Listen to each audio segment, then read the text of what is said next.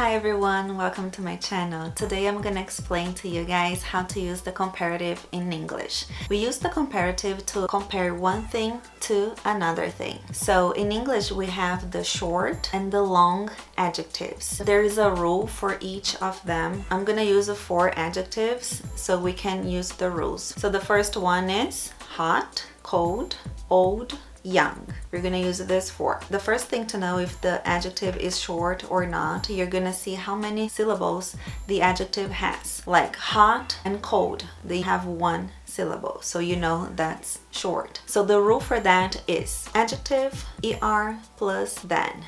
Adjective er than. So let's say, for example, the coffee is hotter than the tea. The coffee is hotter than the tea. Another example, today is colder than yesterday. Today is colder than yesterday. Another example, Maria is older than John. Another example, I am younger than my husband. Alright, now using the long adjectives. The long adjectives are going to have more than 2 syllables. For example, expensive, expensive, 3 syllables. Interesting, interesting, 3 syllables. So when you have long adjectives, they're going to have more than 2 syllables, okay? Let's check the rules for that. We're going to say more, adjective, than. So let's say English class is more interesting than French class. English class is more interesting than French class. Another example, this ring is more expensive than this necklace. This ring is more expensive than this necklace. Another example, John is more intelligent than Maria. John is more intelligent than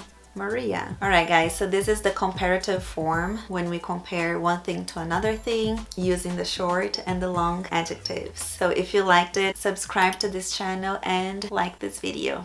Thank you. See you next time. Bye.